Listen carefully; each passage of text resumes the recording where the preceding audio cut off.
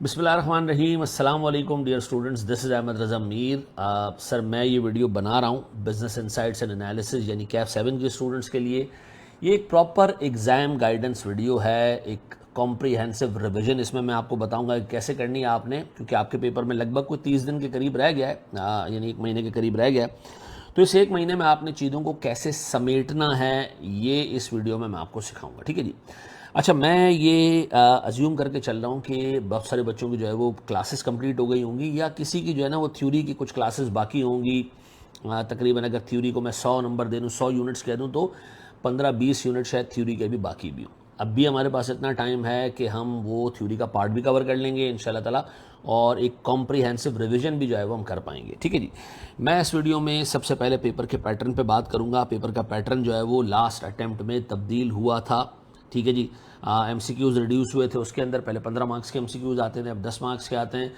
Paper में कुछ चीज़ें ऐड हुई हैं, सिलेबस में उनका वेटेज चेंज हुआ है। तो हम सबसे पहले पेपर के पैटर्न पे बात करेंगे, फिर सब्जेक्ट पे बात करेंगे, सिलेबस के ऊपर बात करेंगे कि हमारे सिलेबस में क्या क्या चीज़ें हैं, उनकी वेटेजेस क्या हैं, हिस्टोरिकल टेस्टिंग उनकी कैसे हुई है पास्ट में, और नए वेटेज के हिसाब से कौन से एरिया ऐसे हैं जिनके नंबर ज़्यादा हैं और उन पर हमें ज़्यादा काम करने की ज़रूरत है।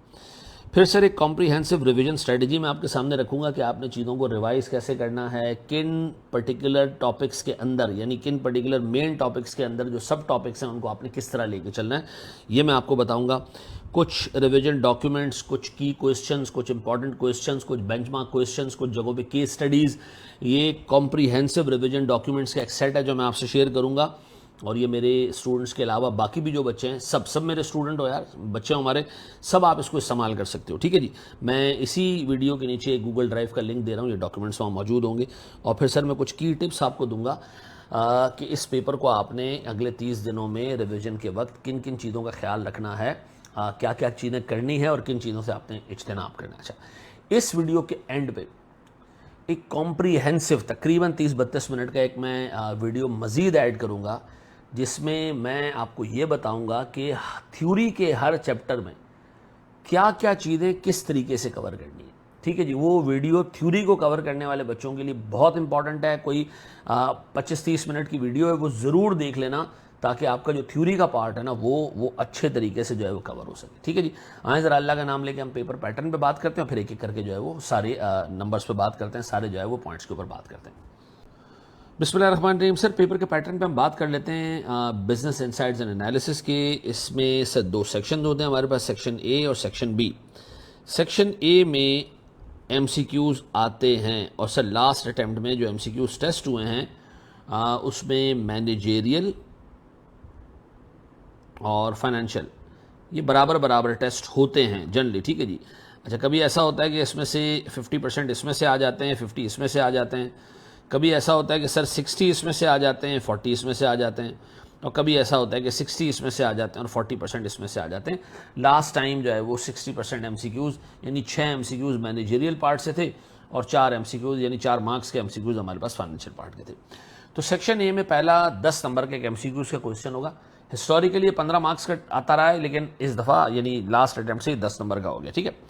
फिर सर 4 क्वेश्चंस जो है वो थ्योरेटिकल केस स्टडीज़ होंगी, जिसमें तीन हिस्से जो है वो 3 पार्ट्स या 3 केस स्टडीज़ जो है वो मैनेजेरियल एनालिसिस की होंगी, जिसमें external analysis, internal analysis, sir ethical decision making और पेस्टल, ये वाले चैप्टर शामिल हैं।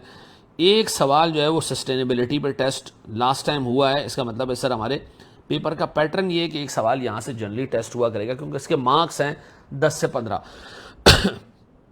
तो इसका मतलब ये जनाब, सेक्शन ए में MCQs दोनों एरिया से आ रहे होंगे, थियोरेटिकल और प्रैक्टिकल एरिया से। और हमारे पास सर 4 थियोरेटिकल केस स्टडीज होंगी, जिसमें प्रोडोमिनेटली 3 मैनेजेरियल एनालिसिस वाले पार्ट से आ रही होंगी, और एक केस स्टडी छोटी सी जो है वो सस्टेनेबिलिटी से टेस्ट हो रही होगी। सर हमारे पास जो सेक्शन बी है, सेक्शन बी में हमारे पास सर न्यूमेरिकल पोर्शन है, फाइनेंशियल पोर्शन है, और फाइनेंशियल पोर्शन में आमतौर पे 4 क्वेश्चंस होते हैं, और इन 4 क्वेश्चंस के जो नंबर हैं वो तकरीबन 50-52 के करीब होते हैं। ऊपर वाला पार्ट जो है वो तकरीबन 48 नंबर का टेस्ट होता है, 45 से 50 नंबर का टेस्ट होता है। नीचे वाला पार्ट तकरीबन सर आप 50 से 55 मार्क्स से कह लें, जो टेस्ट होता रहा है पास में, और अब भी जो नया पैटर्न है उसके अंदर जो न्यूमेरिकल पार्ट है, फाइनेंशियल पार्ट है, उसके 4 क्वेश्चंस की जगह बनी हुई है। ठीक है जी। सर ये जो अगर आप हिसाब किताब देखें ना तो एक क्वेश्चन एमसीक्यू उसका 4 केसेस, 4 फिर जो है वो न्यूमेरिकल क्वेश्चंस। तो ये एक ऐसा पेपर होता है जिसमें शुरू के पहले घंटे में लोगों को लग रहा होता है कि टाइम बहुत है और आखिरी के घंटे में आके पता चलता है कि टाइम ही नहीं है और एक आध सवाल 2 सवाल रह जाते हैं। ठीक है जी। तो मैं एंड में एक एग्जाम वीडियो बनाऊंगा, बताऊंगा कि इस पेपर को आपने कैसे लेके चलना है। लेकिन अगेन एक ऐसा पेपर है जिसमें आपको 2 हिस्सों में काम करना है, न्यूमेरिकल पार्ट पे भी काम करना है, आपने थ्योरेटिकल पार्ट पे भी काम करना है और दोनों पे बहुत अच्छा काम करना है। आपने न्यूमेरिकल पार्ट पे बहुत अच्छा काम कर लिया तो शायद थ्योरी पार्ट आपको जो है वो एक रीजनेबल हद तक जो है वो कवर कर लें तो काम बन जाएगा। थ्योरी पे बहुत अच्छा काम कर लिया, याद भी कर ली, कुछ भी कर लिया, न्यूमेरिकल पार्ट तब भी आपको देख के जाना है तरीके से, क्योंकि नीचे से 52 नंबर आएंगे, ऊपर से 5 नंबर एमसीक्यूज के डाल दो तो ये 57-58 मार्क्स का हिस्सा बन जाता है। इसको आप हल्का नहीं रख सकते।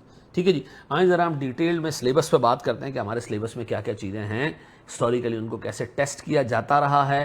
ठीक है जी। हिस्टोरिकल तो खैर हमारे पास एक मैं आपको पैटर्न अलग से दे दूंगा, लेकिन नए सिलेबस के हिसाब से उसके मार्क्स कितने एलोकेटेड हैं इस पर हम बात कर लेते हैं। ठीक है जी। बिस्मिल्लाहिर्रहमानिर्रहीम। सर मेरे पास ये कोर्स का ब्रेकअप है। सर कोर्स के 2 पार्ट्स हैं हमारे पास, एक मैनेजरियल एनालिसिस का पार्ट है और दूसरा हमारे पास सर फाइनेंशियल एनालिसिस का पार्ट है। मैनेजरियल एनालिसिस के 2 सब पार्ट्स हैं। एक प्योरली मैनेजरियल एनालिसिस है जिसमें 4 एरियाज आते हैं, कॉम्पिटिटिव फोर्सेस यानी external analysis, pastel, ethical decision making और इंटरनल एनालिसिस। 4 हिस्से हैं मैनेजरियल और एक हमारे पास जो है वो सस्टेनेबिलिटी का अलग ब्लॉक है। ये जो मार्क्स आपको नज़र आ रहे हैं ना, ये हमारे पास सर एवरेज या मीन मार्क्स हैं। ठीक है जी। एवरेज मार्क्स का मतलब है जो इनके डेजिग्नेटेड मार्क्स है ना, ये उनका मीन है, एवरेज है। ठीक है जी। और अगर आप देखें तो सर तकरीबन 45 नंबर का हिस्सा यहाँ से टेस्ट होता है। और फिर हमारे पास सर जो फाइनेंशियल पार्ट है उसके भी 2 सब पार्ट्स हैं, रिस्क मैनेजमेंट और फाइनेंशियल एनालिसिस। ठीक है जी। इनके नंबर भी एवरेज बेसिस पे 55 मार्क्स हैं। ठीक है जी। तो 40 से 45 नंबर का जो है वो हमारे पास मैनेजरियल पार्ट टेस्ट होगा या होता रहा है और हमारे पास जो है वो 55 से 60 नंबर का जो है वो फाइनेंशियल पार्ट जो है वो टेस्ट होता है, होता रहा है। ठीक है जी।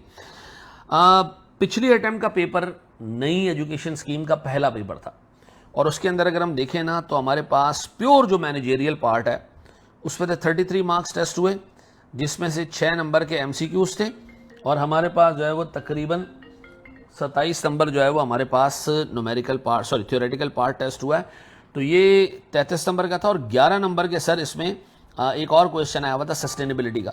तो आप ये कह सकते हैं जनाब हमारे पास तकरीबन 44 मार्क्स जो है वो टेस्ट हुए मैनेजरियल पोर्शन से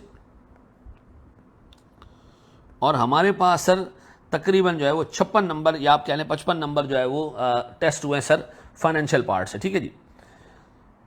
फाइनेंशियल पार्ट में 4 नंबर के एमसीक्यूज थे और 52 नंबर में 4 क्वेश्चंस थे। तो अगर मुझसे को पूछे कि जी सम अप करें पेपर पैटर्न को तो मैं कहूँगा जी 40 से 45 नंबर मैनेजरियल हैं, 55 से 60 नंबर फाइनेंशियल है।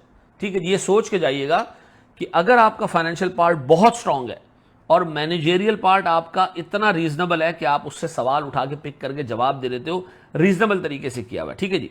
आप इंशाल्लाह अच्छी कंटेंशन में होकर आप पास हो सकते हो। आपका थ्योरेटिकल पार्ट बहुत ही अच्छा है लेकिन न्यूमेरिकल आपका वीक है, आप फंस सकते हो। तो मेरे प्यारे बच्चों पार्ट दोनों बहुत अच्छे से करने, लेकिन याद रखिएगा अगर आपने थ्योरेटिकल पार्ट बहुत अच्छा कर लिया और न्यूमेरिकल प्रैक्टिकल पार्ट बहुत अच्छा कर लिया और आपने थ्योरी को हाथ नहीं लगाया, फेल हो जाओगे।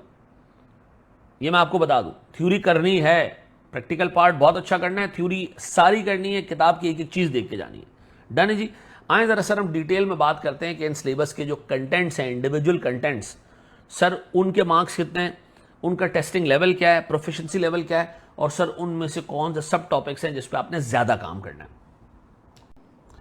बिस्मिल्लाहिर्रहमानिर्रहीम मेरे बच्चों, हम डिटेल में देखने जा रहे हैं अपने इंटायर सिलेबस को। हमारे पास सबसे पहला एरिया फाइनेंशियल एनालिसिस का है। फाइनेंशियल एनालिसिस में 2 सब एरियाज हैं। एक हमारे पास रिस्क मैनेजमेंट है। रिस्क मैनेजमेंट में टोटल 4 चैप्टर्स हैं और इन 4 चैप्टर्स में जो पहला चैप्टर है, पहला और चौथा, सोर्सेज ऑफ फाइनेंस और बिजनेस रिस्क, ये आज तक सिर्फ एमसीक्यूज में ही टेस्ट हुए हैं और एक अटेम्प्ट ऐसी आई थी जिसमें ये बिजनेस रिस्क है, इस पे एडवांटेजेस ऑफ रिस्क मैनेजमेंट का एरिया टेस्ट हुआ था 4 नंबर का थ्योरी का। ठीक है जी।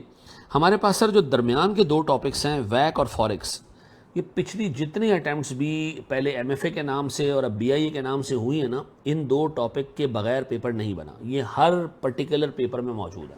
इवन आप इसका जो आगे सीक्वल आ रहा है बीएफडी यानी एसबीएफ स्ट्रेटेजिक बिजनेस फाइनेंस, जो फाइनल में एक सब्जेक्ट आएगा, वो इसी का जो है वो सीक्वल है, इसी का जो है वो एडवांस वर्जन है। उस पेपर में भी फॉरेक्स और वैक का हमेशा सवाल आता है। ये पेपर के ऐसे कंपोनेंट्स हैं जो आप ये कह लें कि जिसके बगैर पेपर में वो मज़ा ही नहीं आएगा, वो शान ही नहीं होगी पेपर की।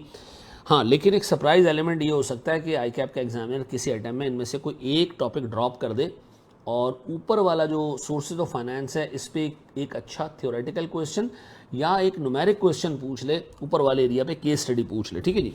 या बिजनेस रिस्क का जो एरिया है ये बहुत ही हल्का एरिया है, बहुत ही छोटा चैप्टर है, इसमें बहुत थ्योरेटिकल पार्ट्स हैं, उस पर भी जो है वो एक सवाल उठ के आ सकता है जिसमें एग्जामिनर केस स्टडी बना सकता है कि जी बताएं स्पेक्यूलेटिव रिस्क इसमें से कौन से हैं और प्योर रिस्क कौन से, इस तरह का एक एरिया टेस्ट हो सकता है। फिर हमारे पास सर फाइनेंशियल एनालिसिस में जो दूसरा पार्ट है वो है फाइनेंशियल एनालिसिस का ही, ठीक है जी। ये 25 से 30 नंबर का है, इसमें 3 ही टॉपिक्स हैं और इन 3 टॉपिक्स में से budgeting, working capital, investment appraisal. Sir इसमें से इन्वेस्टमेंट अप्रेजल हर अटेम्प्ट में टेस्ट हुआ है, ठीक है जी, पास्ट में। और बजटिंग जो है वो ऑलमोस्ट अगर 10 अटेम्प्ट टेस्ट हुई हैं, 9 अटेम्प्ट टेस्ट हुई हैं, तो 6 अटेम्प्ट में बजटिंग टेस्ट हुआ है और 2-3 अटेम्प्ट्स के अंदर जो है वर्किंग कैपिटल टेस्ट हुआ है। लास्ट टाइम वर्किंग कैपिटल पे अच्छा तगड़ा सवाल आ चुका है 15 नंबर का, 15 नंबर इन्वेस्टमेंट अप्रेजल पे आ चुके हैं। इन 3 में से कोई 2 सवाल टेस्ट होने, ठीक है जी, तो वो कोई भी 2 हो सकते हैं। तो तैयारी आपने तीनों की करके जानी है। इन्वेस्टमेंट अप्रेजल के चांसेस ज़्यादा होते हैं, लेकिन sir again for a surprise element paper के अंदर शायद इन्वेस्टमेंट अप्रेजल ही टेस्ट ना हो और बजटिंग और वर्किंग कैपिटल टेस्ट हो जाए। लेकिन ये याद रखिएगा कि ये ऊपर के जो आपने चारों ये जो 2 सब एरियाज देखे और टेक्निकली 7 चैप्टर्स आपने देखे, इसमें प्रैक्टिकली सिर्फ 5 चैप्टर्स हैं, budgeting, investment appraisal, working capital, forex और वैक। इन 5 चैप्टर से हिस्टोरिकली 60 नंबर तक का पेपर बना है, ठीक है जी। तो उसको बहुत अच्छे से आपने कवर करके जाना है। अच्छा सर, इनमें किन एरियाज की अच्छे से तैयारी करें, वो एरियाज ज़रा एक एक करके हम देख लेते हैं जनाब। जब आप वैक के चैप्टर में चीज़ें देख रहे हो ना, तो आपने 3-4 चीज़ें जो है वो बहुत तमीज़ से देखनी है। एक तो आपने ऐसे सिनेरियोज देखने हैं जिसमें वैक की कैलकुलेशन हो, ठीक है जी, और साथ में प्रपोजल दिया होगा जी हम बॉन्ड इशू कर देते हैं, हम प्रेफरेंसेज इशू कर देते हैं, हम कन्वर्टेबल बॉन्ड इशू कर देते हैं ताकि वैक कम हो सके। तो आपने फिर ये चेक करना होता है कि एक एक चीज़ आप उठाएं, चेक करते रहें और देखें कि वैक किस में कम हो रहा है। पहले आप अपने एग्जिस्टिंग कैपिटल स्ट्रक्चर के साथ बॉन्ड डालें, फिर एग्जिस्टिंग कैपिटल स्ट्रक्चर के साथ प्रेफरेंस शेयर्स डालें, जो ऑप्शंस दिए हो उसमें आप चेक करते हैं कि वैक रिड्यूस हो रहा है या नहीं, ठीक है जी। इस तरह के सवालात पास पेपर्स में भरे पड़े। फिर कैलकुलेशन ऑफ वैक हो, एग्जिस्टिंग वैक, और साथ में एग्जामिनर ये कहता है कि जी आपने एक नए प्रोजेक्ट के लिए पैसा रेज किया, उससे बताएं कंपनी की वैल्यू कितनी बढ़ी, शेयर होल्डर्स को कितना फ़ायदा हुआ, ठीक है जी। सवाल इस तरह का होगा कि ये हमारे एग्जिस्टिंग शेयर होल्डर्स हैं, ठीक है जी, और एक प्रोजेक्ट के लिए हमने पैसा रेज किया तो हमारे पास से ये नए कैपिटल प्रोवाइडर्स आ गए, यानी डेट होल्डर्स आ गए, ठीक है जी। ये लोग भी आ गए, ये लोग भी आ गए, ठीक है जी। इन दोनों का पैसा लगा हुआ है, ठीक है जी। और फिर देखें कंपनी का क्या हिसाब किताब बना, कंपनी की वैल्यू कितनी निकली।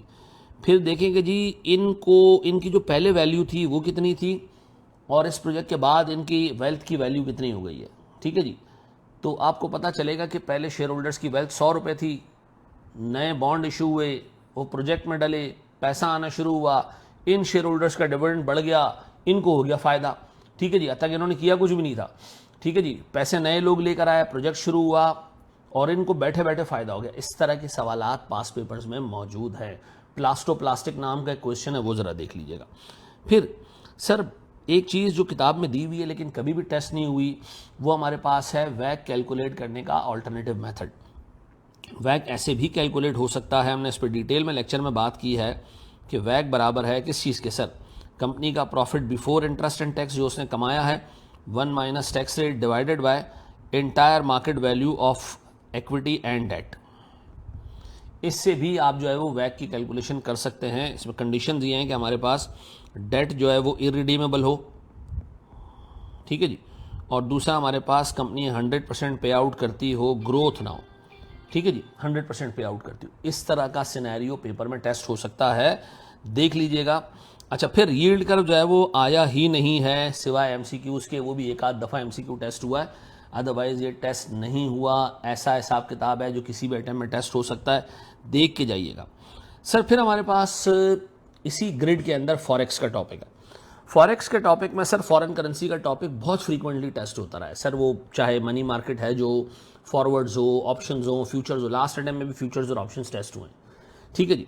तो इस दफ़ा इंटरेस्ट रेट रिस्क पे बहुत अच्छा काम करके जाइएगा, इंटरेस्ट रेट रिस्क में एफआरए बहुत अच्छे से करके जाइएगा, इंटरेस्ट रेट फ्यूचर्स बहुत अच्छे से करके जाइएगा, और इंटरेस्ट रेट ऑप्शंस जो है वो हमने कवर किए भी अच्छे से करके जाइएगा, ठीक है। फिर इंटरेस्ट रेट के बाद कमोडिटी फॉरवर्ड्स एंड फ्यूचर्स। अगर किसी को करेंसी फॉरवर्ड और फ्यूचर्स आते हैं ना, तो कमोडिटी फॉरवर्ड और फ्यूचर उसके लिए कोई बड़ी चीज़ नहीं है, आराम से कर लेगा, ठीक है। अब फॉरेन करेंसी में वो चीज़ें पिक करना जो लास्ट 2 अटेम्प्ट्स में टेस्ट नहीं हुई, ठीक है जी। और उसमें लास्ट अटेम्प्ट में जो टेस्ट नहीं हुआ मेजरली उसमें सर मनी मार्केट है, जय फॉरवर्ड्स हैं, ये देख लीजिएगा। फ्यूचर्स और ऑप्शंस दोबारा देख लीजिएगा, सरप्राइज एलिमेंट हो सकता है, रिपीट हो जाए चीज़। फिर सर इसी फॉरेक्स के चैप्टर के एंड पे थ्योरी है, मार्केट रिस्क क्या है, इंटरेस्ट रेट रिस्क क्या है, करेंसी रिस्क क्या है, फेयर वैल्यू रिस्क क्या है, इस तरह के रिस्क दिए हुए, उनको ज़रा अच्छे तरीके से देख लीजिएगा, ठीक है। उसकी थ्योरी पढ़ लीजिएगा। फिर फाइनेंशियल ऑब्जेक्टिव्स नाम का एक जो है वो छोटा सा पोर्शन है, वो देख लीजिएगा। उसकी समरी मैंने दी हुई है, लेक्चर शायद 20 मिनट का टोटल, वो देख लीजिएगा। वो बाज़-औक़ात एमसीक्यूज़ में भी टेस्ट हो जाता है, और बाज़-औक़ात उस पर छोटा सवाल भी थ्योरी का बन के आ सकता है। अब हमारे पास सर जो अदर ग्रेड शुरू होती है, जो सेकंड ग्रेड है फाइनेंस में, वो हमारे पास बजटिंग, वर्किंग कैपिटल और इन्वेस्टमेंट अप्रेजल की है। इसमें बजटिंग में सर इस दफ़ा के लिए बहुत इंपॉर्टेंट है, ठीक है जी। बजटेड पीएनएल अच्छे से देख लीजिएगा, कैश बजट अच्छे से देख लीजिएगा, ठीक है जी।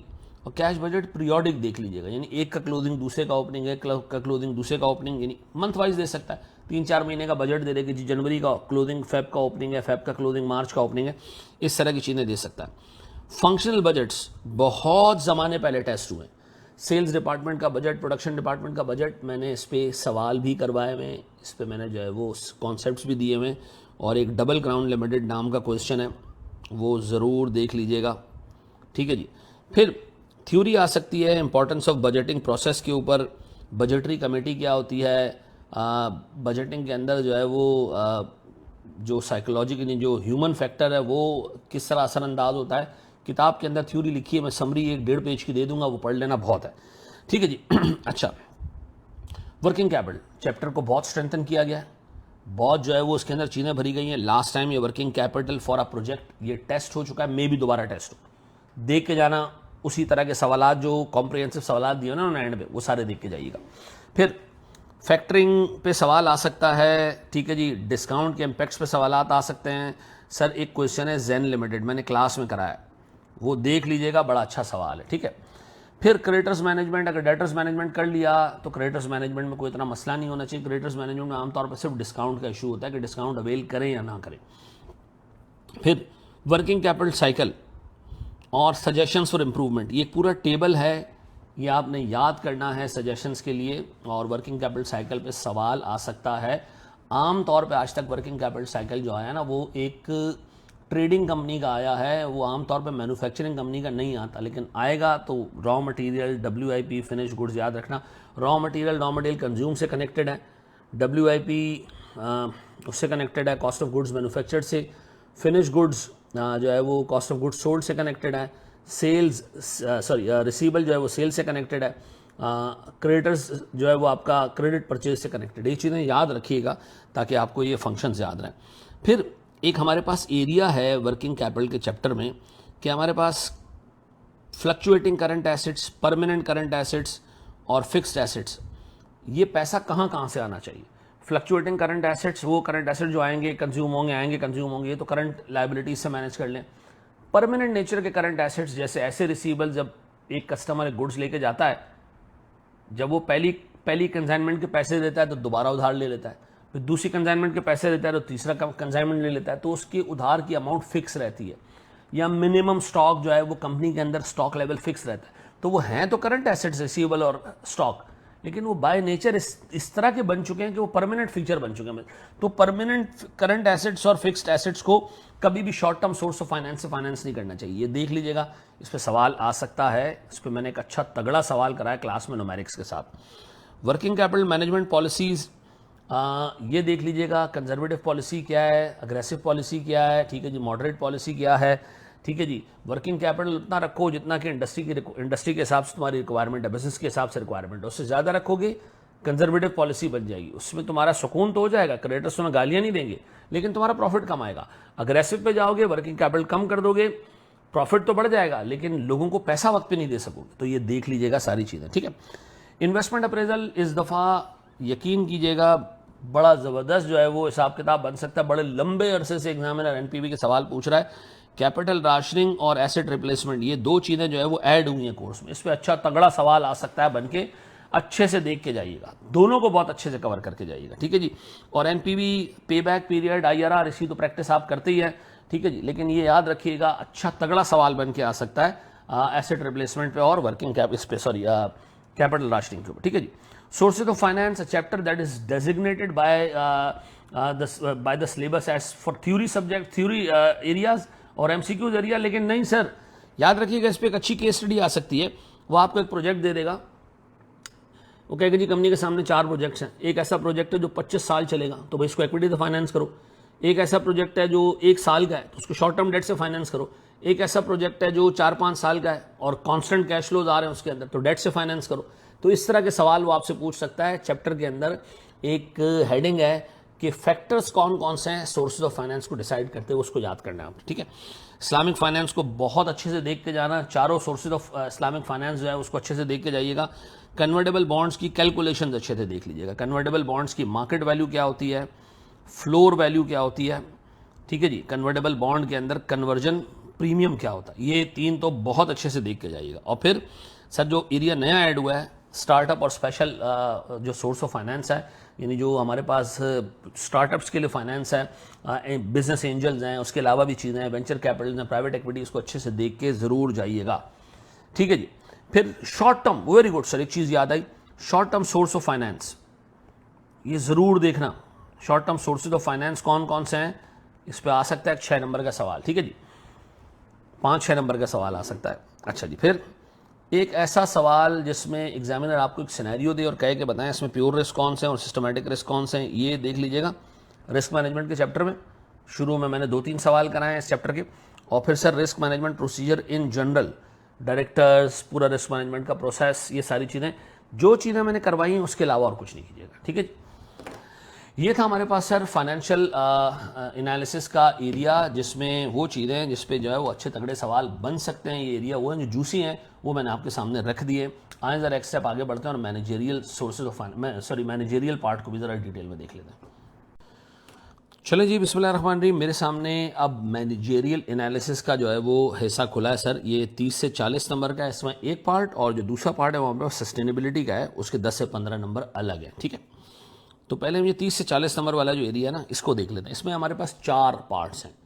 एक हमारे पास सर पेस्टल है, ठीक है जी। फिर हमारे पास कॉम्पिटिटिव फोर्सेज है, इंटरनल एनालिसिस है और एथिकल डिसीजन मेकिंग है, ठीक है। इन चारों में से टोटल जो है वो 30 से 40 नंबर का पेपर बनना है, लगभग 30-32 नंबर का पेपर यहाँ से बनना है। और लास्ट टाइम अगर हम देखें ना तो तकरीबन 21 नंबर का पेपर सीधा सीधा इंटरनल एनालिसिस से बना है, ठीक है जी। और 6 नंबर जो है वो हमारे पास एथिकल डिसीजन मेकिंग से हैं, ठीक है जी। तो 27 नंबर ये हो गए और तकरीबन 11 नंबर जो है वो सस्टेनेबिलिटी में टेस्ट हुए। अच्छा, आप ये सोच रहे होंगे यार ऊपर लिखा हुआ है 30 और नीचे 27 नंबर ऐड हो रहे हैं, यार इसमें 6 नंबर एमसीक्यूज़ के भी हैं, वो एमसीक्यूज़ के नंबर डाल के 30 से 40 हो गए। तो इस दफ़ा के लिए कॉम्पिटिटिव फोर्सेस में पोर्टर 5 फोर्सेस बहुत डिटेल में देख के जाइएगा। केसेस ज़रूर देख लीजिएगा इसके जो मैंने कवर कराए हैं। 90 केसेस मैंने टोटल, सॉरी 70 केसेस मैंने टोटल जो है वो मैनेजरियल एनालिसिस में कवर कराए, सारे के सारे देख के जाइएगा सर। प्रोडक्ट लाइफ साइकिल बहुत अच्छे से देख के जाइएगा, बहुत अच्छे से देख के जाइएगा, ठीक है जी। ख़ास तौर पे वो आपसे सवाल पूछ सकता है कि 4-5 आपको प्रोडक्ट दे देगा और आपसे कहेगा जी इनकी स्ट्रेटजीज़ बताएं या बताएं इन स्टेजेस पे क्या क्या कॉस्ट इनकर होती है। पोर्टर 5 फोर्सेस पे आपसे जो है वो अच्छे तगड़े सवाल वो पास में पूछ चुका है, पास पेपर्स भी देख लेना इसके ऊपर। ग्रुप्स एंड सेगमेंट्स के ऊपर एक अच्छा सवाल आ सकता है कि वो आपको एक सिनेरियो दे दे और आपसे कहे कि बताएं इसमें मिसिंग ग्रुप कौन सा है, मिसिंग सेगमेंट कौन सा है, बताएं इसमें कौन सी जगह आपको नज़र आ रही है जिसमें कंपनी को प्रोडक्ट लॉन्च करना चाहिए, तो ये ज़रूर देख लीजिएगा। BCG मैट्रिक्स पास में भी इस पर बहुत सारे सवाल आए, अच्छे तगड़े की स्टडीज़ मैंने इस पर करवाई हैं, ज़रूर देख लीजिएगा। ख़ास तौर पे इसकी लिमिटेशन ये ज़रूर देख लीजिएगा BCG मैट्रिक्स की, ठीक है। पेस्टल पे मैंने एक 5 पेज का डॉक्यूमेंट आपको दिया है, ठीक है जी, जिसमें मैंने पेस्टल के बहुत सारे पॉइंट्स लिखे हैं। खुदा के वास्ते वो ज़रूर देख लीजिएगा, ज़रूर देख लीजिएगा, ठीक है। फिर हमारे पास अदर एस्पेक्ट्स में एक छोटी सी चीज़ है, 2 चीज़ें इनफैक्ट। एक हमारे पास है कि बिजनेस किस तरह अफेक्ट करते हैं गवर्नमेंट्स को। गवर्नमेंट तो अफेक्ट करती है बिजनेस को, क्या बिजनेस भी गवर्नमेंट को अफेक्ट करता है? हाँ सर, 4 तरीके दिए हुए, 4 स्ट्रेटजीज दी हुई, 4 मामला दिए हुए, वो देख लीजिएगा, उसकी हेडिंग्स और मेन चीज़ें याद कर लीजिएगा, बहुत है। इसी के अंदर हमारे पास सर डिफरेंट मेथड्स हैं गवर्नमेंट के, डिफरेंट मेथड्स ऑफ पॉलिटिकल या डिफरेंट पॉलिटिकल आइडियोलॉजीज, ये आप कह लें। एक 20 नंबर की थी, 20 मिनट का मेरा लेक्चर है, वो इसको देख लीजिएगा कि जी हमारे पास अथॉरिटेरियनिज्म, ठीक है जी, डेमोक्रेसी, ठीक है जी, इस तरह की चीज़ें 5-6 हमारे सिस्टम्स हैं, वो देख लीजिएगा अच्छे तरीके से। पेस्टल पे इतना टाइम नहीं लगना चाहिए, ठीक है जी। आपने पेस्टल वाला चैप्टर, कॉम्पिटिटिव फोर्सेस, बहुत तमीज़ और तरीके से करना है, ठीक है। फिर हमारे पास सर ये जो बाकी एरिया है ना, इंटरनल एनालिसिस, अगर इस पर से सवाल दोबारा आया इट विल बी सरप्राइज, लेकिन अल्लाह के वास्ते ज़रूर देख के जाइएगा। क्रिटिकल सक्सेस फैक्टर और KPIs के ऊपर एक केस स्टडी और जॉनसन्स का मॉडल ज़रूर देख लीजिएगा। मार्केटिंग मिक्स को थोड़ा सा किताब में अपडेट किया गया है, बढ़ाया गया है, ज़रूर देख के जाना, ज़रूर देख के जाना। इस पर आराम से एक 7 से 8 नंबर की केस स्टडी बन सकती है, ठीक है जी। रिसोर्सेज एंड कॉम्पिटेंसीज के ऊपर जो है वो पास में अच्छे केसेस आए हैं सर, कि बताएं ये बेसिक रिसोर्स है या ये जो है वो स्ट्रेटेजिक कॉम्पिटेंसी है, यानी यूनिक कॉम्पिटेंसी है। इस तरह के सवाल आ सकते हैं कि अब आपको एक बिजनेस दे दे और कहे कि बताएं इसके बेसिक रिसोर्सेज और यानी थ्रेशोल्ड रिसोर्सेज क्या हैं, और सर हमारे पास जो इसकी यूनिक रिसोर्सेज है वो क्या है, थ्रेशोल्ड कॉम्पिटेंसीज क्या हैं, और हमारे पास जो कॉम्पिटेटिव एडवांटेजेस देने वाली वो हैं कॉम्पिटेंसीज वो क्या है। तो इसका मतलब ये कि सर मैंने ये तरीके से चीज़ें देख के जानी। अच्छा, एथिक्स में मेरे प्यारे बच्चों, टकर का मॉडल जितनी अटैम्प्ट्स आई हैं सिर्फ एक दफ़ा AAA आया है। टकर का मॉडल हमेशा टेस्ट होता है, AAA पे इस दफ़ा ज़्यादा ध्यान दे के जाइएगा, ठीक है जी। ऊपर वाले दोनों चीज़ों की एक बेसिक समरी बना दीजिएगा कि एथिक्स के बेनिफिट्स क्या हैं, और सर 4-5 हेडिंग्स हैं हमारे पास, वो ज़रूर देख लीजिएगा इसके अंदर कि कस्टमर, प्रॉफिट और इस तरह की चीज़ें। और नेचर ऑफ एथिक्स एक पेज है, सुकून जिसको सिर्फ रीड कर लीजिएगा बस, मोर देन एनफ। सस्टेनेबिलिटी को घोल के पी जाना, उसकी वजह यह है कि सस्टेनेबिलिटी में जितने एरियाज हैं ये हर अटैम्प्ट में 8 से 10 नंबर का टेस्ट होगा, इसका अपना ग्रिड है। अल्लाह के वास्ते इसके अंदर जो स्टेक होल्डर्स से रिलेटेड 2 केस स्टडीज़ हैं वो देख लीजिएगा। जिस चैप्टर में किताब के अंदर ही कोई 2-4 केस स्टडीज़ दी हुई हैं वो बहुत ढंग और तरीके से कर लेना, उसको छोड़ना मत, याद रहेगा मेरे बच्चों ये। अच्छा, अब मैं इस वीडियो के एंड पे आके, अभी मैं थोड़ी सी और इस वीडियो में बात करूंगा, कुछ आपको की इंपॉर्टेंट जो है वो टिप्स दूंगा, कुछ डॉक्यूमेंट्स आपको बताऊंगा, लेकिन इस वीडियो के एंड में इन्हीं सारे चैप्टर्स को मैंने डिटेल में खोला है कि इसमें से किस पर्टिकुलर एरिया को आपने डिटेल में याद करना है, रट्टा मारना है। इसमें केसेस आएंगे, इसमें थ्योरी के सवाल आएंगे, एक एक चीज, कोई 23-24 मार्क्स की वीडियो है, तरीके तमीज से मैंने उसको जो है वो उसको डाला हुआ उसके अंदर। खुदा के वास्ते उसको डिटेल में देख लीजिएगा, आप आराम और सुकून और तसल्ली से जो है उसको कवर कर लेंगे, कोई इशू नहीं होगा आपको। मैंने उसमें इतनी डिटेल में बात की है, ठीक है जी। मैं एक स्टेप आगे बढ़ रहा हूं सर इस वीडियो में, कुछ इंपॉर्टेंट बातें आपसे करनी है, कुछ मैं आपको इंपॉर्टेंट जो है वो डॉक्यूमेंट्स दे रहा हूं और कुछ की टिप्स दे रहा हूं सर आपको। बिस्मिल्लाहिर्रहमानिर्रहीम। मेरे बच्चों, हम जरा रिविजन स्ट्रैटेजी पे बात कर लें, और ये अगले 30 दिन तक आपने बहुत रिलीजियसली अप्लाई करनी है। देखिए, आप सबसे पहले शुरू करें फाइनेंस पोर्शन से, और आपके जो ये 5 टॉपिक्स हैं ना, जिसमें आपका वैक, फॉरेक्स, वर्किंग कैपिटल, NPV और बजटिंग, ये आप सबसे पहले उठाएं और अपने क्लास रजिस्टर से कंप्लीट करें, अपने लेक्चर से कंप्लीट करें। एक एक्स्ट्रा चीज़ भी मत करना, कोई पास पेपर नहीं, कुछ भी नहीं। जो मैंने क्लासेस में, लेक्चर्स में कवर कराया उसमें अच्छे खासे पास पेपर्स कवर्ड हैं। सिर्फ अपने क्लास रजिस्टर और लेक्चर्स के ऊपर, यानी जो हमारे पोर्टल पे लेक्चर है उसी पर रिलाय करना है। आप पहला काम आपने ये करना है कि इन 5 टॉपिक्स को वहां से कवर कर लेना, ठीक है जी। फिर मैं आपको दूंगा सर कुछ बेंचमार्क क्वेश्चंस। अब मेरे पास सर 2 चीज़ें, एक तो है बेंचमार्क क्वेश्चंस, हर टॉपिक के 7-7, 8-8 सवाल आते हैं। या तो आप ये बेंचमार्क क्वेश्चंस कर लो, सारे बहुत अच्छे सवाल आते हैं, बहुत तमीज़ के सवाल आते हैं, टेक्निकल सवाल आते हैं। दूसरा है हमारे पास सर पास पेपर्स का हिसाब किताब। सर पास पेपर्स पे मैंने एक डॉक्यूमेंट तैयार किया है, जिसमें मैंने पिछले 8 अटेम्प्ट ही हुई हैं सर इस पर्टिकुलर सब्जेक्ट के 8 से 9, तमाम सवालों को कैटेगराइज किया है, या तो वो गुड क्वेश्चन हैं, ठीक है जी, या वो एवरेज क्वेश्चन हैं, मॉडरेट हैं यानी, और या हमारे पास वो इजी क्वेश्चन हैं। तो या तो आप सारे बेंचमार्क क्वेश्चंस कर लो स्ट्रेटजी 1, और अगर आप बेंचमार्क क्वेश्चंस के अलावा से नहीं करना चाहते, आप करने में पास पेपर करना चाह रहा हूं, तो पास पेपर्स में सर सारे के सारे गुड क्वेश्चन एटलीस्ट कर लीजिएगा, कम से कम ये गुड क्वेश्चन जरूर कर लीजिएगा, ये अच्छे और तगड़े सवालात हैं, जरूर देख लीजिएगा, ठीक है जी। और एक दरमियान की स्ट्रेटजी हो सकती है कि सारे बेंचमार्क क्वेश्चंस कर लें और लास्ट 5 अटेम्प्ट्स के मार्क कर लें, लास्ट 5 अटेम्प्ट्स कहाँ पर आ रहे हैं उसके सर आप गुड क्वेश्चंस कर लीजिएगा बस, ठीक है जी, जो आपको बेहतर लगे, जैसे टाइम अलाउ करे। अगर अगर अगर टाइम नहीं है, ये कुछ भी मत करना, क्लास का रजिस्टर एटलीस्ट मुकम्मल, क्लास के लेक्चर्स मुकम्मल कर लेना अच्छे तरीके से, उन्हीं को 2 दफ़ा प्रैक्टिस कर लेना, दैट वुड बी इनफ। अच्छा, एक चीज़ याद रखिएगा, जब आप इन सबको कर लेना, प्रैक्टिस कर ले, इन सब के जो है वो रिविजन कर ले, सर अल्लाह के वास्ते डेली एक क्वेश्चन वैक का, एक फॉरेक्स का, एक एनपीवी का, एक बजटिंग और वर्किंग कैपिटल में से कोई एक, ठीक है जी, ये आप करते जाएं रोज। जो सवाल कर लिया दोबारा रिपीट कर दें, कोई टेंशन नहीं, लेकिन ये आपने रोज एक सवाल करना, एक बैक का, एक फॉरेक्स का, एक जो है ना वर्किंग कैपिटल या बजटिंग में से, और एक एनपीवी का क्वेश्चन रोज आपने करना, रोज। एनपीवी में भी कैपिटल राशनिंग और एसेट रिप्लेसमेंट को पहले उठा लेना। अच्छा जी, जब आप मैनेजेरियल पार्ट पे जाएं ना, तो आप सबसे पहले कॉम्पिटिटिव फोर्सेस का चैप्टर उठाएं, लेक्चर्स कंप्लीट करें, कुछ भी ना करें, कोई केस स्टडी ना करें अनलेस कि वो लेक्चर के अंदर आ रही हो, सिर्फ लेक्चर्स आपने करने, सस्टेनेबिलिटी के सिर्फ लेक्चर्स आपने करने, एथिकल डिसीजन मेकिंग के सिर्फ लेक्चर्स आपने करने। जब ये 3 के लेक्चर्स पूरे हो जाएं, गौर से देख लेना, ये 3 के लेक्चर्स पूरे हो जाएं, अब आपने उठानी है इनकी केस स्टडीज। मैंने पोर्टल पे टोटल 60 केसेस डाले हैं, 60 केस स्टडीज डाली हैं, ठीक है जी। इन केसेस को आपने पिक करना है चैप्टर वाइज, आपने टॉपिक वाइज करते जाना है, लेकिन पहले ये 3 चैप्टर अपने लेक्चर से कवर करने, इस दौरान कोई केस स्टडी मत करना, पहले सारा कोर्स ग्रास्प कर लो, ये 3 चीज़ों में आपका ठीक ठाक जो चीज़ें आपकी कवर हो जाएंगी।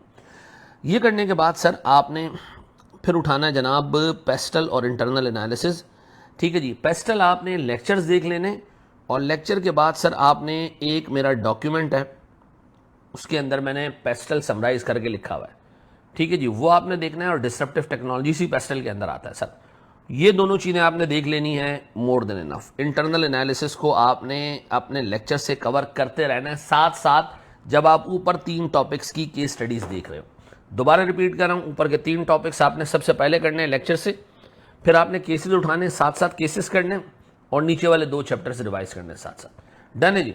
आपका टारगेट ये होना चाहिए कि जब आप इन 3 को रिवाइज कर लेना, तो फिर आपका टारगेट ये होना चाहिए डेली आप 4 केसेस करो इनके, और साथ साथ आप चैप्टर रिवाइज करते जाओ।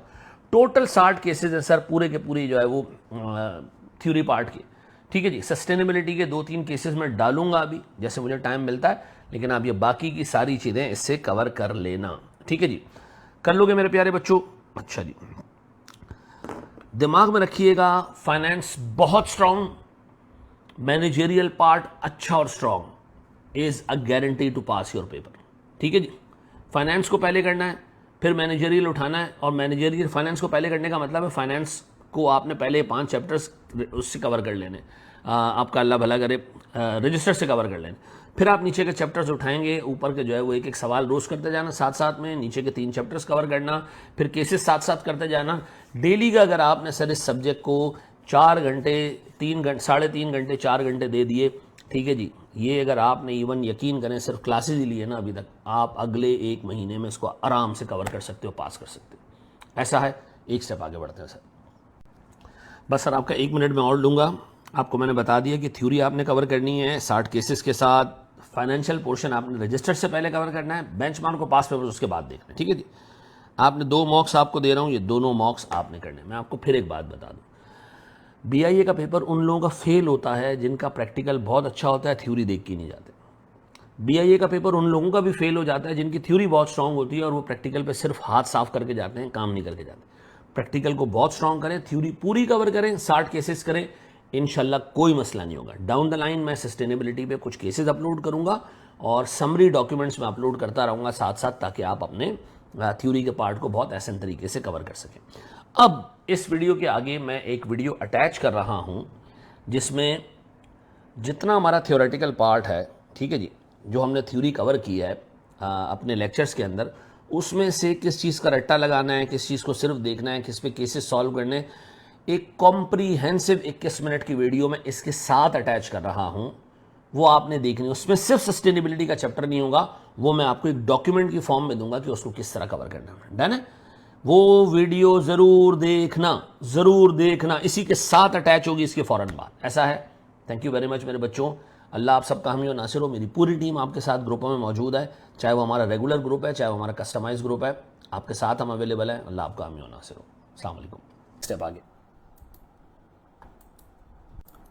चलो मेरे बच्चों, एक बहुत ही डिटेल डिस्कशन में करने जा रहा हूं थ्योरी के ऊपर। आपने बिल्कुल तमीज़ और तरीके से इसको देखना है। देखें, हम थ्योरी सबसे पहले शुरू करेंगे चैप्टर नंबर 7 से, ठीक है जी। अगर बहुत सारे लोग इसको कवर कर चुके हैं तो रिवीजन आपने इस तरीके से करना है जो मैं बता रहा हूं। टोटल चैप्टर नंबर 7 में 5 एरियाज हैं जिस पे सवाल बन के आ सकता है, जिसको आपने देखना है डिटेल में। सबसे पहले मैं बात करूंगा पोर्टर 5 फोर्सेस पे, ठीक है जी। पोर्टर 5 फोर्सेस में हमारे नोट्स को अगर हम देखें ना, उसकी कॉम्पोजिशन देखें, तो हमारे पास सबसे पहले सर कंपटीशन का एनालिसिस देखे जी। सर कंपटीशन, ये पोर्टर 5 फोर्सेस इंडस्ट्री के कंपटीशन का टेम्परेचर देखता है। कंपटीशन ज्यादा होगा तो क्या होगा, कम होगा तो क्या होगा। ये पर्टिकुलर मॉडल जो है ना, वो इंडिविजुअल कंपैरेटर्स के स्ट्रेंथ्स पे बात नहीं करता। ये सारी डिस्कशन जो आप यहां देख रहे हैं ना, इनको आपने सिर्फ समझना है अच्छे तरीके से, और आप इसको इस हद तक समझ लें कि आप इसको 4 लाइनों में अपने अल्फाज में लिख सकें। रट्टा नहीं मारना है इसका, ठीक है जी। फिर आपके पास सर पोर्टर 5 फोर्सेस के 5 फोर्सेस शुरू होते हैं। अब ये आपने रट्टा मारना है sir. Potential threat to new entrants, ये सारा आपने याद करना है। बैरियर्स टू एंट्री आपने याद करना है, ठीक है जी। अच्छा, ये न्यूमेरिकल एग्जांपल दें, सारी आपने देखते जाना है। ये सारा जो है वो आप ये कह लें कि एंट्री बैरियर्स हैं, सारे आपको याद करने।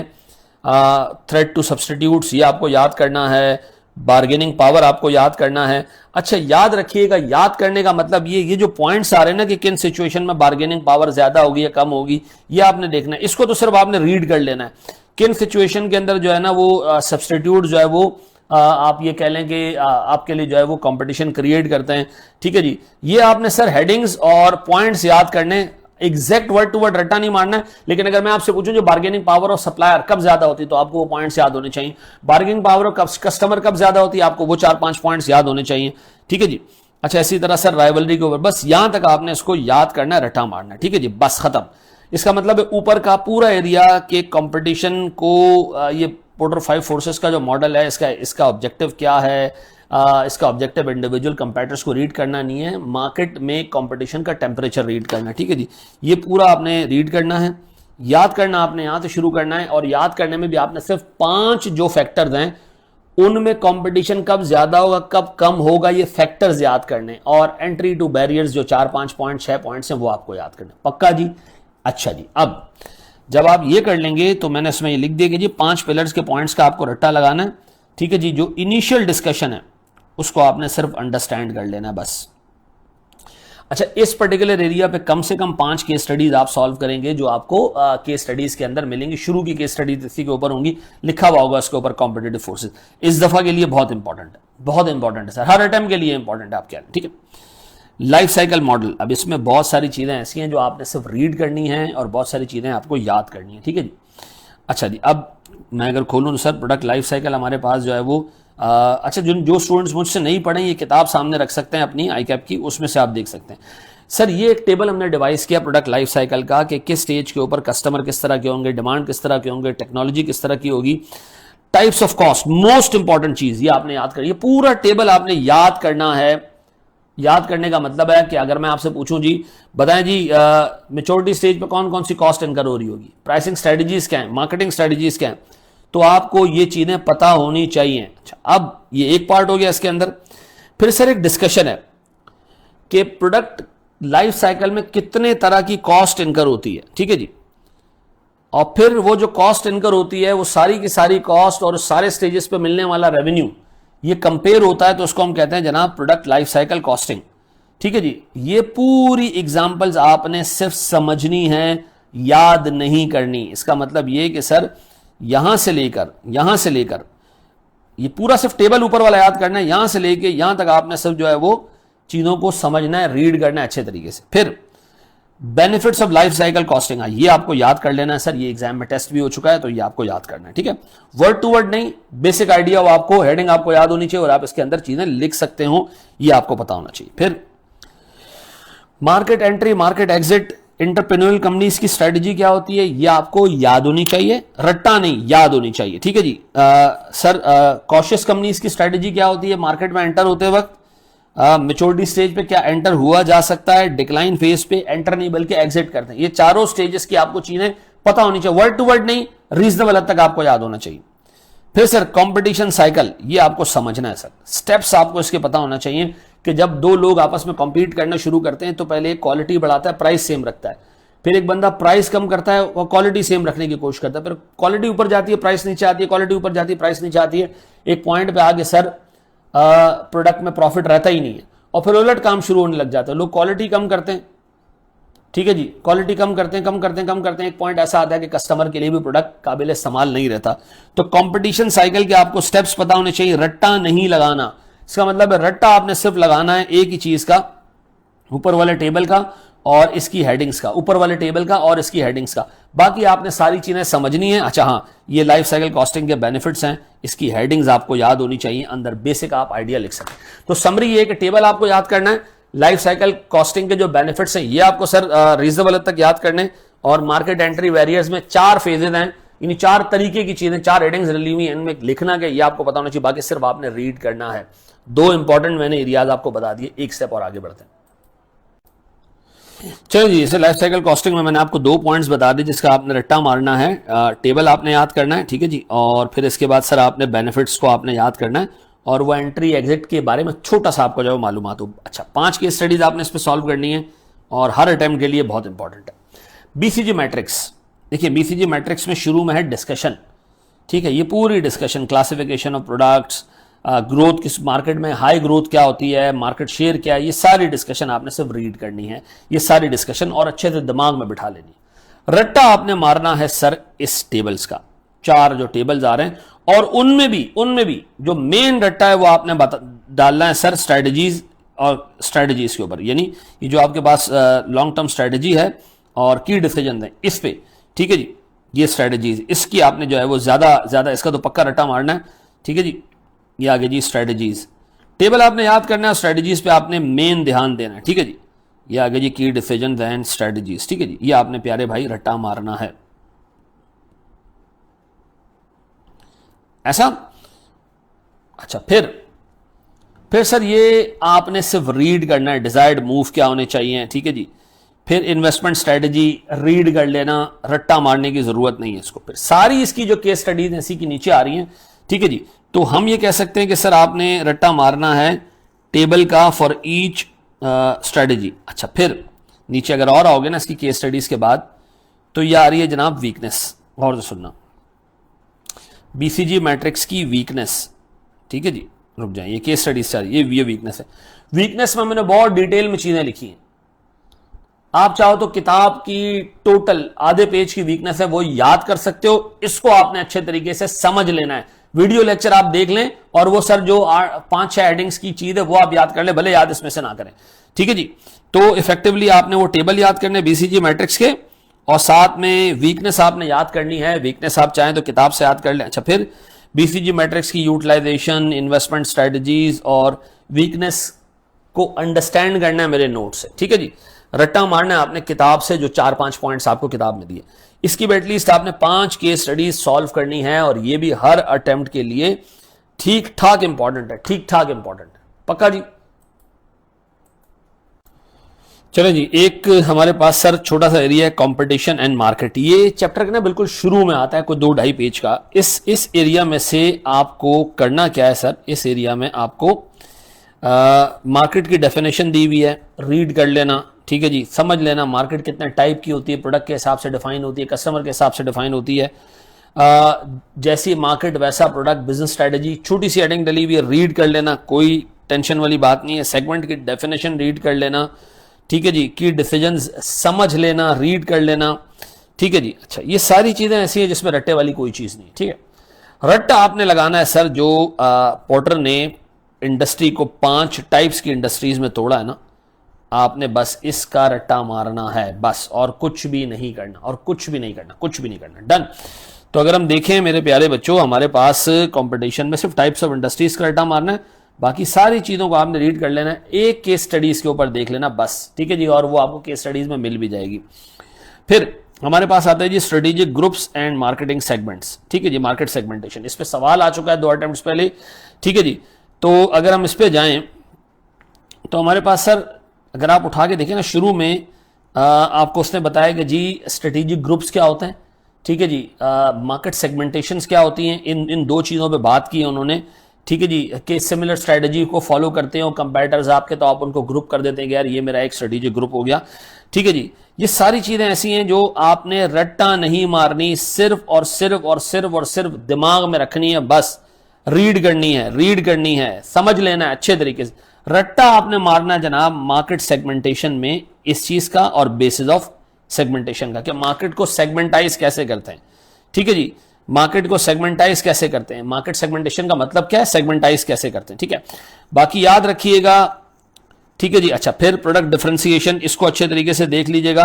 प्रोडक्ट डिफरेंशिएशन होती है, रट्टा इसमें भी मारने का वो कोई जरूरत नहीं है।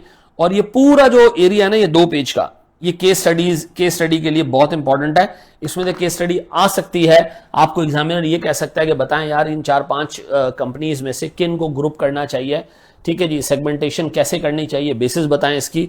तो याद रखिएगा, इसमें रट्टा मारने वाली सिर्फ एक चीज आपने देखी, वो क्या है, वो है बेसिस ऑफ सेगमेंटेशन, और ये सारी चीजें, ठीक है, मार्केट सेगमेंटेशन और उसकी बेसिस। तो बेसिस ऑफ सेगमेंटेशन का रट्टा है, बाकी सिर्फ कॉन्सेप्ट्स आपने लेने ताकि आप केस स्टडीज सॉल्व कर सकें। कम से कम 2 केस स्टडीज आपने इसमें सॉल्व करनी है। तो अगर मैं देखूं तो सर इस पूरे चैप्टर में पोर्टर 5 फोर्सेज में आपने रट्टा मारना है सर, उसके 5 पिलर्स के पॉइंट्स का। प्रोडक्ट लाइफ साइकिल में वो टेबल है जिसमें सारी की सारी चीजें दी हुई हैं। Benefits of life cycle costing, BCG matrix के अंदर टेबल्स दिए हुए 4, और आपके पास सर वीकनेस का आपने रट्टा मारना है, टाइप्स ऑफ इंडस्ट्रीज और बेसिस ऑफ सेगमेंटेशन। बाकी पूरे चैप्टर में आपने सिर्फ चीजें समझनी है, अच्छे तरीके से जहन में डालनी है, और कम से कम इस पूरे चैप्टर में आपको 18 से 20 केस स्टडीज सॉल्व करनी है, और हमने इतनी केस स्टडीज इस चैप्टर में कवर भी की हुई है, ठीक है जी। बढ़ते हैं सर अगले चैप्टर की तरफ। अच्छा जी, मेरे पास सर चैप्टर 7 के बाद फिर मैंने उठाना है चैप्टर 9, ठीक है जी। चैप्टर 9 है मेरे पास एथिकल डिसीजन मेकिंग का। इसमें रट्टा लगाने वाली चीजें इतनी नहीं है, लेकिन इसमें समझने के बाद केस स्टडी सॉल्व करने की बहुत सारी चीजें। सर ये चैप्टर है, देखिए मैं अपना किताब से ना थोड़ी सी एडिशनल चीजें इसमें कवर कराई हैं। Sources of ethics, ethical codes कहां से आते हैं, कौन हमें बताएगा कि यार काम ऐसे करना है और ऐसे नहीं करना, ठीक है जी। ये लिस्ट आपको अपने जहन में रखनी है। ये एथिक्स डिफाइंड मॉरल प्रिंसिपल, ये सारी चीजें आपको रीड कर लेनी है, रट्टा नहीं मारना है इसका। सिर्फ ये जो लिस्ट है ऊपर, ये आपने अपने जहन में रखनी है, ठीक है जी। अच्छा, फिर बिजनेस एथिक्स, ये क्या है जी, बिजनेस एथिक्स होता क्या है, ठीक है, इसके बारे में आपने चीजें रीड कर लेनी है, और रीड करने के बाद आपने अल्लाह के वास्ते ये सीक्वेंस जहन में रखनी है कि किस सीक्वेंस से हम चीजें अप्लाई करेंगे, ठीक है। ये सीक्वेंस का आपने जो है ना वो रट्टा मारना है। अच्छा, अब इसके बाद आती है जी कॉर्पोरेट वैल्यूज।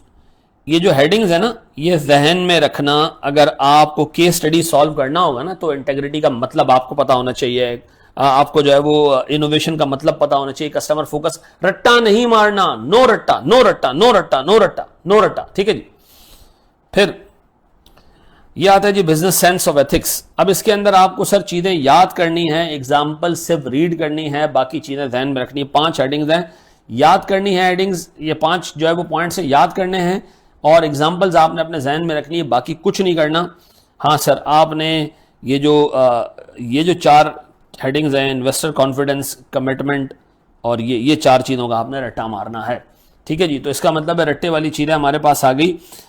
ऊपर से आपने लिस्ट रीड कर लेनी है, वो 5-6 जो मैंने आपको बताई, ठीक है। कॉर्पोरेट वैल्यूज आपने बस समझ लेनी है। बिजनेस सेंस ऑफ एथिक्स, ये और इसके बेनिफिट्स, ये जो बेनिफिट्स हैं 4, ये वाले, ये 4 बेनिफिट्स हैं। Employ commitment, investor confidence, customer satisfaction और प्रॉफिट, ये आपने याद करने, ठीक है। उसके नीचे शुरू हो जाते हैं 2 मॉडल्स।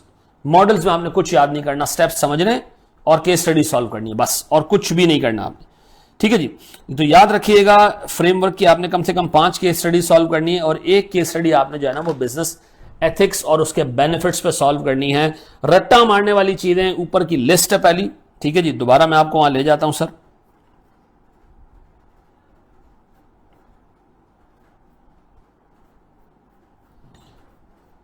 ये लिस्ट आपको सर रीड कर लेनी है, दिमाग में रखनी है, ठीक है जी। आपने सर ये रीड कर लेना है, सिर्फ ये सीक्वेंस आपने दिमाग में रखना है, रट्टा मारना है इसका इफेक्टिवली। इसमें आपने सिर्फ सर जो नाम आ रहे हैं और इनकी डेफिनेशन इनको रीड कर लेना है और पता होना चाहिए आपको इंटीग्रिटी का मतलब क्या है और इनोवेशन का मतलब क्या है। सर ये आपने 5 पॉइंट्स याद करने हैं, एग्जाम्पल सिर्फ रीड कर लेनी है, ये 4 हेडिंग्स आपको याद करनी है और बाकी आपने केस स्टडी सॉल्व करना, ठीक है जी। एक स्टेप और आगे बढ़ते हैं।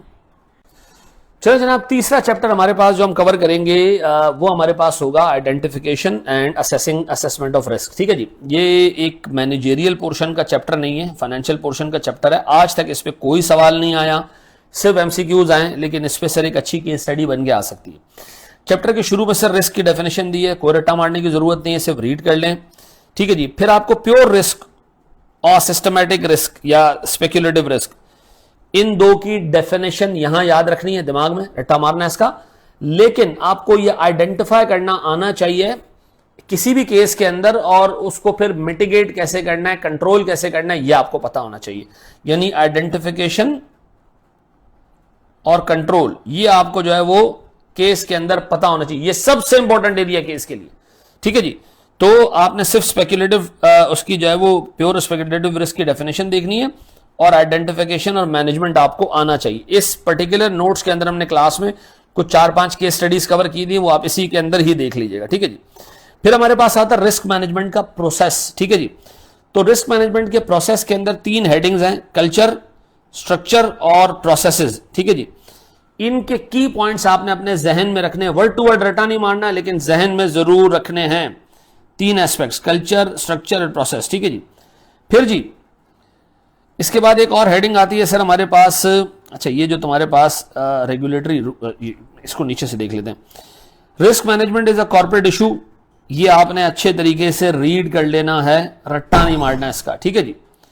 लेकिन सर आपके पास जो एसईसीपी के डायरेक्टिव्स के हिसाब से डायरेक्टर्स का रेगुलेटरी रोल है, ये आपने रट्टा मारना है, ठीक है जी। रेगुलेटरी रोल्स ऑफ डायरेक्टर्स, ठीक है जी। फिर हमारे पास सर अच्छा ये रट्टा मारते हुए ना ये 3 हेडिंग्स हैं, ये याद नहीं करना अल्लाह के वास्ते, सिर्फ उसको समझ लेना, रिस्क एपेटाइट क्या होता है, पॉलिसी क्या और लिमिट्स क्या, ठीक है जी। फिर हमारे पास सर रिस्क मैनेजमेंट का पूरा एलिमेंट्स हैं, ये एलिमेंट्स आपको भैया इनकी हेडिंग्स अच्छे से याद कर लेनी है और इनका कंटेंट आपने इस हद तक दिमाग में रखना है कि आप लिख सकें। लेकिन अगेन मेरे हिसाब से इतना आउट आने का चांस कम है, लेकिन हाँ इस पे आराम से एमसीक्यूज बन के आ सकते हैं अगर आप इसको थॉरली देख लें, ठीक है जी। और 10 नंबर के एमसीक्यूज में 4-5 एमसीक्यूज इससे आ सकते हैं, ठीक है जी। तो एलिमेंट्स की आपने हेडिंग्स याद रख लेनी है। फिर सर एंड पे आगे हमारे पास है स्ट्रक्चर ऑफ रिस्क मैनेजमेंट। ये स्ट्रक्चर ऑफ रिस्क मैनेजमेंट में क्या चीज देख के सर रिस्क मैनेजमेंट डिपार्टमेंट बनाया जाता है, ठीक है जी। कॉम्प्लेक्सिटी ऑफ ऑपरेशंस है, लीगल रिक्वायरमेंट है, साइज ऑफ द कंपनी है, इसका आपको सर रट्टा लगा हुआ होना चाहिए और ये याद रखिएगा, इस पे एक छोटा सा केस बन के आ सकता है। तो केस स्टडी के लिए प्योर और स्पेक्युलेटिव रिस्क का आइडेंटिफिकेशन और असेसमेंट, और आखिर में आगे सर हमारे पास जो स्ट्रक्चर ऑफ रिस्क मैनेजमेंट है कि जी एक रिस्क मैनेजमेंट डिपार्टमेंट किस तरह का होना चाहिए, ये आपने सर दिमाग में रखना है। तो रट्टा लगाने वाली चीजों की लिस्ट मैंने सर यहां आपको दे दी है। इसमें से भी सर अगर आपने ये जो नीचे की चीजें आ रही हैं, इसमें भी आपने सर याद रखिएगा, हेडिंग्स याद करनी है तरीके से, बाकी सिर्फ अंडरस्टैंडिंग लेनी है।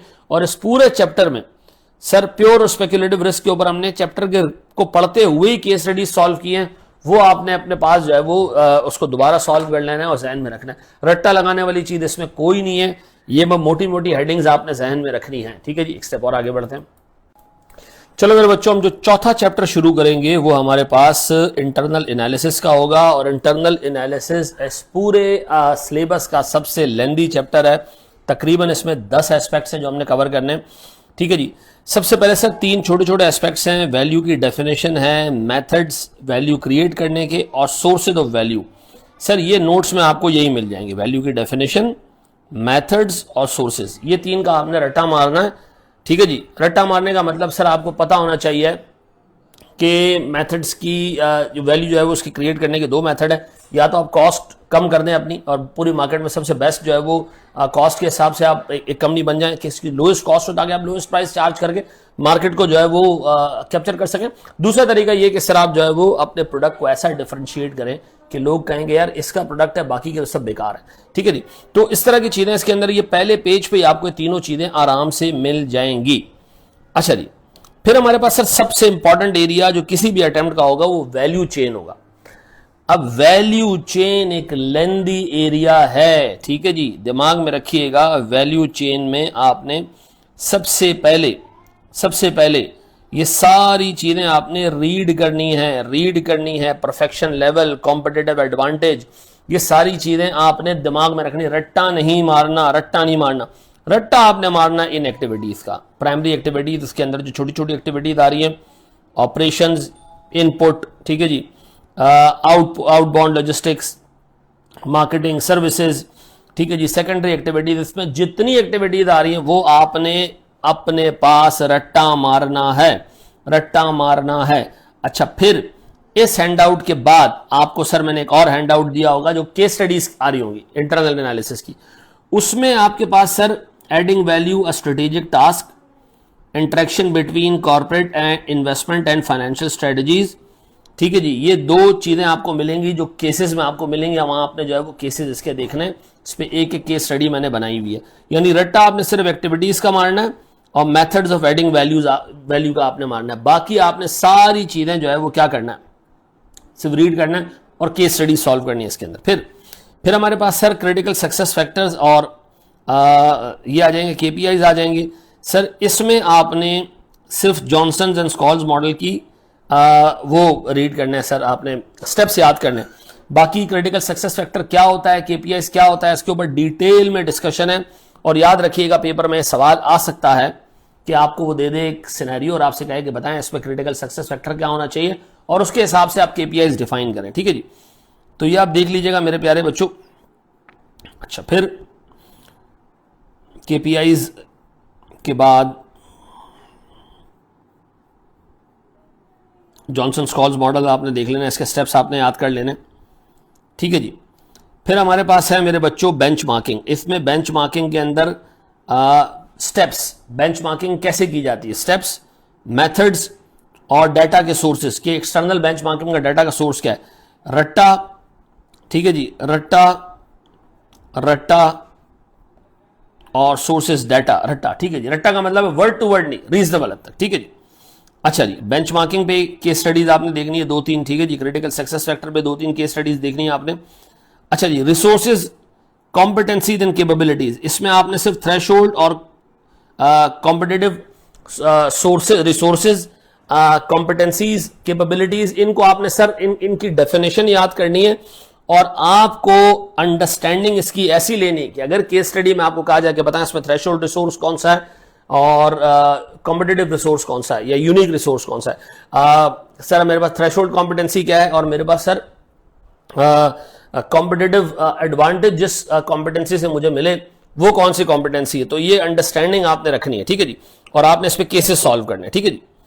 अच्छा जी, ये डेफिनेशंस आपने याद कर लेनी है। अच्छा, फिर रिसोर्सेज एंड कॉम्पिटेंसीज में ये जो हेडिंग्स डली हुई है ना, human resource, physical resource, financial resource, intellectual resource, ये आपने याद करने हैं, ठीक है जी, याद करने हैं आपने, ठीक है। अच्छा जी, फिर अगर हम नीचे आते हैं जनाब तो हमारे पास जो है वो एक और चीज आती है। अच्छा, ये सारे को आपने रीड करना है। थ्रेशोल्ड कॉम्पिटेंसी की आपने डेफिनेशन याद करनी है। हाँ, ये एक चीज है जो इंपॉर्टेंट है। कैरेक्टर्स ऑफ सस्टेनेबल कॉम्पिटेंस, क्या सस्टेनेबल कॉम्पिटेंस में कैरेक्टर्स होने चाहिए कि वो लॉन्ग टर्म बेसिस पे आपके साथ रहें और आपको लॉन्ग टर्म बेसिस के ऊपर जो है वो बेनिफिट दे, ये आप देख लीजिएगा, ठीक है जी। अच्छा जी, ये सारी चीजें, स्टेप्स वगैरह। अच्छा, फिर ये सारी ये जो core competency and selection of market है, ये सिर्फ रीड करना है, ठीक है जी। भाई यहां से आपने ये स्टेप्स देखने और आपके पास सर ये दो जो है ना वो कैरेक्टरिस्टिक्स, ये आपको याद करनी। तो याद करने वाली चीजें हमारे पास सर डेफिनेशन हो गई थ्रेशोल्ड और कॉम्पिटेटिव रिसोर्सेज एंड कॉम्पिटेंसीज की। कैरेक्टरिस्टिक्स हो गए सस्टेनेबल कॉम्पिटेंसीज के और स्टेप्स आप ये रट्टा मारना है, बाकी आपने सिर्फ अंडरस्टैंडिंग लेनी है। कैपेबिलिटीज में डायनेमिक कैपेबिलिटीज की डेफिनेशन आपने देखनी है, ठीक है जी। और ये आपके सामने रख देता हूं, ये आपने सर कैपेबिलिटीज और डायनेमिक कैपेबिलिटीज की डेफिनेशन में पॉइंट्स देख लेने सर, ठीक है जी। फिर सर हमारे पास है जनाब cost efficiency and strategic capability.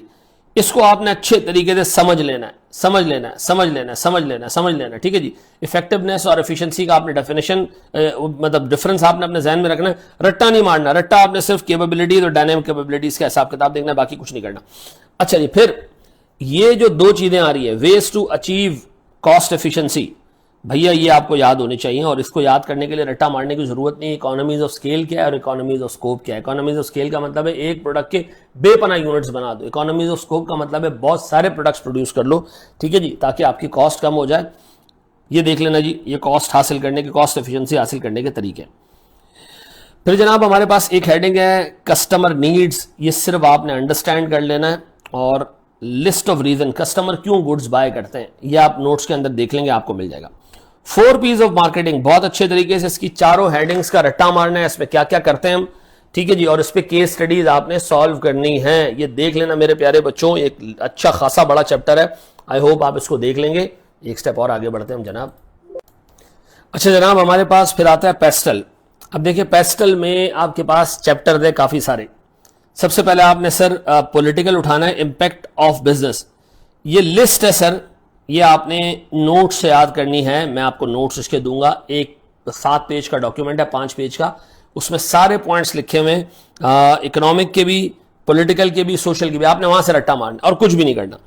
आपने अपने नोट्स में से सिर्फ 4 तरीके जिससे आप गवर्नमेंट को अफेक्ट कर सकते हैं वो आपने याद करने हैं बस, ठीक है जी। जब इकोनॉमिक में आएंगे तो मैक्रो और माइक्रो एनवायरनमेंट क्या होता है, इसकी सिर्फ अंडरस्टैंडिंग लेनी है, रट्टा नहीं मारना। इकोनॉमिक इंडिकेटर्स, अल्लाह के वास्ते ये इकोनॉमिक इंडिकेटर्स होंगे लीडिंग, लैगिंग, ठीक है जी। इस तरह के 3 इंडिकेटर्स होंगे, फ्यूचरिस्टिक, पास्ट और करंट, ठीक है जी। तो इनका आपने रट्टा मारना है। इन इंडिकेटर्स का नोट्स खोलेंगे ना, लैगिंग इंडिकेटर्स, लीडिंग इंडिकेटर्स, सिर्फ आपको इस तरह नजर आ जाएगा। करंट इंडिकेटर्स ये आपने रट्टा मारना है। सोशल वाले का सर अगेन मैं आपको बता रहा हूं, मेरे जो नोट्स हैं 7 पेज के, उसमें से आपने फैक्टर्स रट्टा मारने बस, ठीक है जी। और लीगल का भी आपने यही करना है बस। सिर्फ वो 7 पेज का अगर आप रट्टा मार लोगे, 5 पेज या पता नहीं 7 पेज अभी हम देख लेते हैं, पॉलिटिकल, इकोनॉमिक, सोशल, सबका काम हो जाएगा।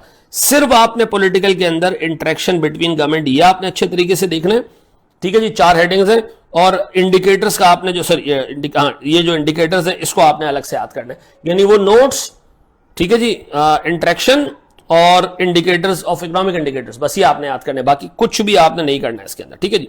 देख लेना, इसमें सिर्फ केस स्टडीज आपने सॉल्व करनी है पेस्टल के अंदर, और कुछ भी नहीं करना, कुछ भी नहीं करना आपने, ठीक है जी। स्टेप और आगे बढ़ते हैं जनाब, आईटी पे देखते हैं।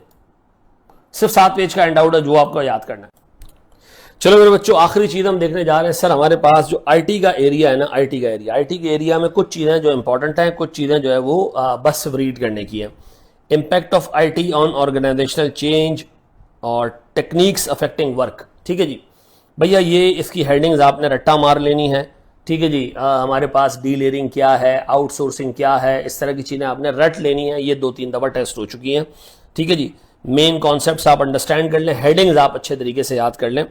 फिर इंफॉर्मेशन सिस्टम्स, ठीक है जी। इंफॉर्मेशन सिस्टम्स का मतलब है सर हमारे पास कितने टाइप के इंफॉर्मेशन सिस्टम्स हैं, कौन सा इंफॉर्मेशन सिस्टम किस काम आएगा, कंप्लीट कॉन्सेप्ट्स आपने सर इसके याद करने हैं। और बिल्कुल बेसिक जो है वो अंडरस्टैंडिंग। और स्कोप का मतलब यह है कि EIS है वो किस काम आएगा, ठीक है जी। ट्रांजैक्शन प्रोसेसिंग सिस्टम है वो किस काम आएगा, एक्सपर्ट सिस्टम है वो किस काम आएगा, आपको ये पता होना चाहिए, ठीक है जी। तो ऊपर की 2 में हेडिंग्स याद करनी है, इसमें हेडिंग्स के साथ साथ थोड़ा सा जो है वो चीजें याद कर लेनी। फिर डाटा एंड इंफॉर्मेशन सिस्टम्स एक हेडिंग होगी, उसको सिर्फ अंडरस्टैंड कर लेना है। Impact of IT impacts on organisation, 3 points इसके अंदर जो दिए हैं वो याद कर लेना, बाकी अंडरस्टैंड कर लेना, ठीक है जी। थ्रेट्स और कंट्रोल्स, थ्रेट्स कौन कौन से, एरर हो सकता है, ह्यूमन एरर हो सकता है, सिस्टम बैठ सकता है, इस तरह के थ्रेट्स दिए हैं, हेडिंग्स याद करनी है। और उनको मिटिगेट करने के लिए जो कंट्रोल्स हैं उनकी भी हेडिंग्स याद करनी है, और ब्रीफ डिटेल्स याद करनी है, अंडरस्टैंड कर लेना है बाकी की चीज़ों को, ठीक है जी। फिर डिसरप्टिव टेक्नोलॉजीज में इंट्रोडक्शन और 5 डिसरप्टिव टेक्नोलॉजीज का बिल्कुल आपको बेसिक आइडिया हो, लिख सकते हो आप, हेडिंग्स आपने याद कर लेनी है और कुछ भी नहीं करना। यानी इसका मतलब है आईटी के चैप्टर में हेडिंग्स याद करनी है अच्छे तरीके से, और सर फिर उसके अंदर जो चीजें दी हुई हैं वो अंडरस्टैंड कर लेनी है इस हद तक कि आप उसको जो है वो लिख सकें अगर एग्जाम में कहें। ठीक है जी। देखिए मैंने आपके सामने सर पूरा कोर्स खोल के रख दिया। ठीक है जी। ये हमारी वीडियो का जो है वो 3rd पार्ट था। चौथे पार्ट में मैं आपको ये कहूंगा, अल्लाह के वास्ते 50 के स्टडीज मैंने आपको दी है, 10 के करीब मैं आपको और दूंगा। 50 सोर्सेज ऑफ फाइनेंस ऐड कर लें तो तकरीबन कोई 60 के करीब की स्टडीज है, तो मैं 8-10 आपको और दूंगा। और वो भी मैं शायद आपको एक जो है ना वो मॉक पेपर के थ्रू दूंगा। वो आपने देखना है, मॉक पेपर मेरा जरूर सॉल्व करना है, वो चेक होगा बाकायदा। ठीक है जी। मॉक पेपर याद रखिएगा, मोस्ट इंपॉर्टेंट चीज जो सेशन की होगी वो मॉक पेपर होगी, वो आपने देखनी है। बाकी सर वीडियो में मैंने आपको बता दिया कि थ्योरी को कैसे कवर करना है, किस चीज का रट्टा मारना है, किस चीज को याद करना है। बस आपने सर रट्टा मारने का मतलब वर्ड टू वर्ड नहीं, मैं अगर आपको कहूं कि जी रट्टा मारना क्या है, आपने बेसिक अंडरस्टैंडिंग लेनी, हेडिंग्स याद कर ली और अब आप उसको रिप्रोड्यूस कर सकते हो अपने अल्फाज में, अपने अल्फाज में। किताब के अल्फाज किसी का बाप भी याद नहीं कर सकते। ठीक है जी। एक और वीडियो मैं आपको बना के दूंगा पेपर के करीब के इस अटेम्प्ट के इंपॉर्टेंट टॉपिक्स कौन कौन से हैं। Stay tuned. Thank you very much. जज़ाकल्लाहु खैरन। अस्सलाम वालेकुम।